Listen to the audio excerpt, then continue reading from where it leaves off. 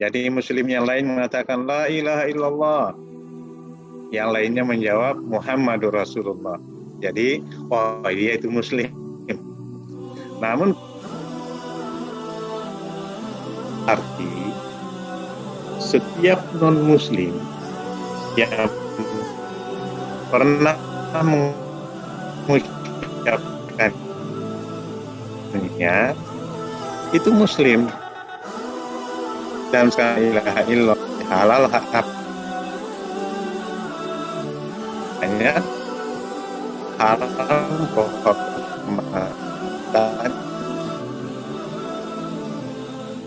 itu penegasan dari Rasul arah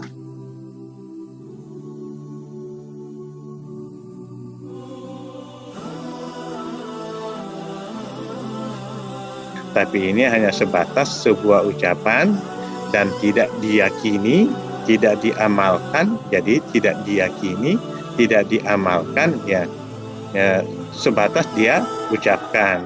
Nah, dari sinilah kita memahami bahwa sesungguhnya muslim yang beriman itu ialah muslim yang pada dirinya menyatu tiga hal ini: ucapan, keyakinan, dan perbuatan. Artinya apa yang dia ucapkan itu adalah merupakan prinsip keyakinan, dan apa yang menjadi prinsip keyakinan itu menjadi sikap hidup. Kan demikian. Nah, sebaliknya mereka ini tidak demikian. Hanya sekedar sebuah alat untuk menipu umat Islam. Nah, kalau begitu, sekedar mengucapkan la ilaha illallah itu tidak menjamin sebagaimana yang diberikan jaminan oleh Rasulullah bahwa asal minni dimaaf. Tidak ada yang berhak diibadahi kecuali Allah. Dalam bahasa ininya, la ma'buda bihaqqin illallah. Mana la ilaha illallah? Salah satu mana. Dengan demikian, la ilaha illallah menafikan segala bentuk peribadatan kepada selain Allah dan menetapkan Allah sebagai ilah satu-satunya yang berhak diibadahi. Dia kata Muhammad At-Tamimi. Jadi terjadinya penyimpangan tauhid, sebenarnya penyimpangan tauhid yang paling besar itu ialah penyimpangan dalam ibadah. Penyimpangan dalam ibadah. Ketika orang-orang mulai beribadah atau ibadahnya itu mulai dialihkan kepada selain Allah, atau mungkin menduakan Allah dalam ibadah. Dia ibadah kepada Allah, mungkin dia sholat, tapi dia juga melakukan ibadah kepada selain Allah. Tetap namanya dua-duanya itu adalah menduakan Allah, yang dalam bahasa agamanya adalah syirik. Dan kita tahu syirik itu hukumnya haram. Dosa yang paling dimurkai oleh Allah Subhanahu wa taala. Itu kata Muhammad At-Tamimi. Yang kedua, Ibnu Taimiyah dan dalam Majmu' Fatwanya di juz 23 ya. Di juz 23 dikatakan, tidak ada kebahagiaan dan kenikmatan sempurna bagi hati kecuali dengan mahabbatullah dan mendekatkan diri kepadanya dengan apa yang dicintainya. Hakikat cinta kepada Allah tidak akan mungkin dapat diraih kecuali dengan berpaling dari rasa cinta kepada selain diri atau makhluk. Nah, jadi kalau bahasa beliau ini bahwa puncak kebahagiaan itu, puncak kenikmatan itu ialah ketika seorang hamba sudah mampu merasakan rasa cinta atau cinta Allah pada dirinya, dan ketika Allah itu mulai menurunkan rasa cintanya pada dirinya, seolah-olah alam ini menjadi kecil dan menjadi mudah bagi dia, gak ada masalah tentang dunia ini. Kenapa? Karena pemilik alam ini sudah mencintai dirinya. Ketika pemilik alam sudah mencintai dirinya, dan dia pun cinta kepada pemilik seluruh alam raya ini, yaitu Allah Subhanahu wa taala. Di saat itu, itulah puncak kelezatan dan keimanan yang dimiliki seorang mukmin. Bapak Ibu, maka dalam sebuah riwayat diriwayatkan oleh Imam Bukhari, bunyinya itu gini. Kalau seorang hamba, ini hadis qudsi, kalau seorang hamba mendekatkan diri kepada aku sejengkal, maka aku akan mendekatkan diri kepadanya zira', sehasta. Jika ia mendekatkan diri kepadaku zira'an, sehasta, ataituhu ba'an. Aku akan mendekat kepadanya sedepah. Jika dia datang kepadaku jalan kaki, ataituhu harwala. Aku datang kepadanya dengan harwalah, lari-lari kecil. Iya. Kata Allah, kalau faida ahbabtuhu, kalau aku sudah mencintai dirinya, ya, kalau aku sudah mencintainya, fa ana yaduhul ladzi yubtishu biha. Akulah tangannya yang dia pakai menggenggam.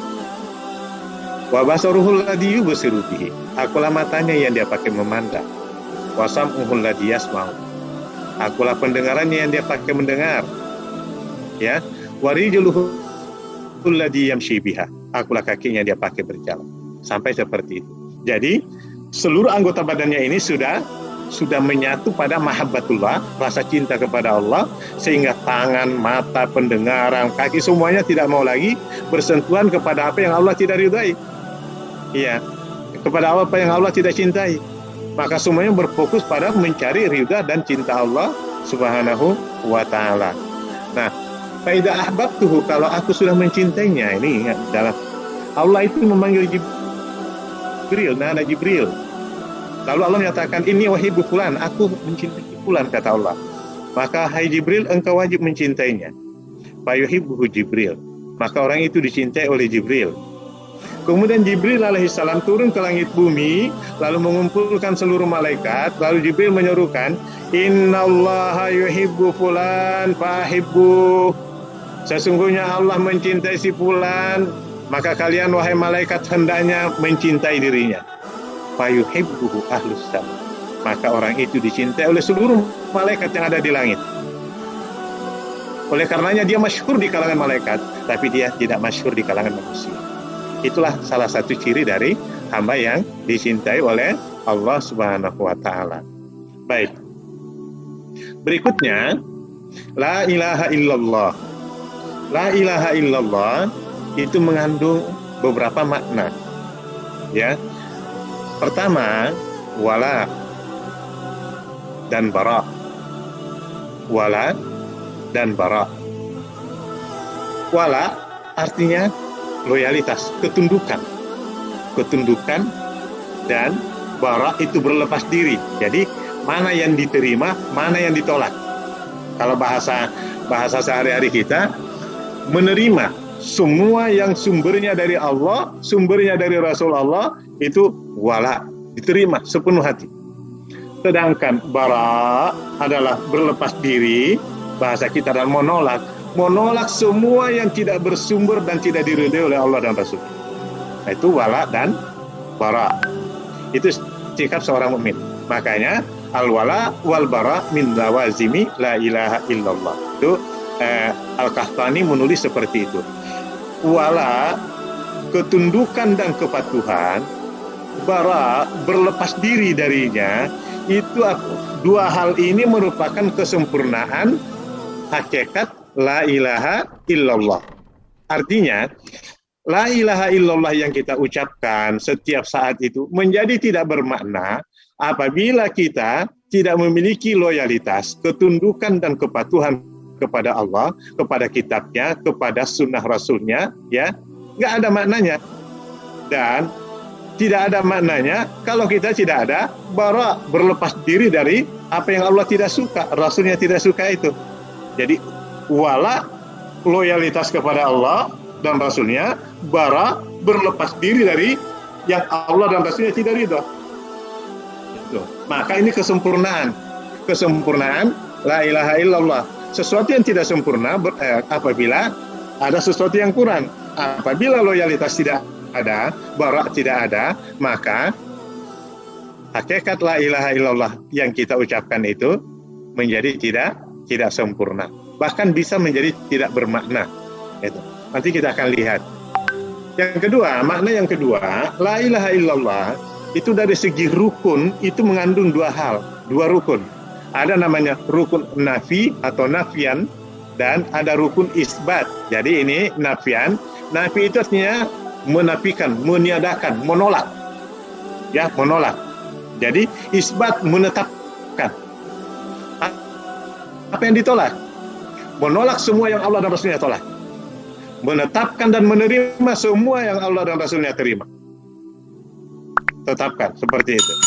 Nah, itulah dua makna yang ada dalam la ilaha illallah, sehingga syahadat la ilaha illallah yang kita ucapkan itu menjadi sempurna. Ingat, tidak sempurna syahadat kita apabila tidak ada wala dan bara di dalamnya, apabila tidak ada nafian dan tidak ada isbat. Tidak ada nafian, tidak ada isbat, itu nanti campur-campur itu. Tradisi ada di dalam, budaya setempat ada di dalam, kemusyrikan, karena tidak ada nafian wa isbat. Jadi nafian itulah yang menyaring. Apa yang disaring? Yang disaring ialah syariat Allah. Apakah ini ada sumbernya, ada dasarnya, ada landasannya? Landasannya apa? Quran. Landasannya apa? Sunnah. Maka pantas dia masuk ke dalam isbat. Tidak ada nafian, tidak ada dasarnya, tidak ada landasannya, nafian, ditolak. Seperti itu. Nah, mungkin yang sederhananya gini, yang selalu kita amalkan dan selalu kita kerjakan ataupun selalu kita dengarkan dari para asatidz kita, yaitu tentang orang yang biasanya sudah meninggal. Wah, kalau ada yang meninggal, kita biasanya rame-rame membuatkan satu ritual, rame-rame ngundang orang, lalu kemudian kita makan rame-rame di tempat orang kematian, itu contoh.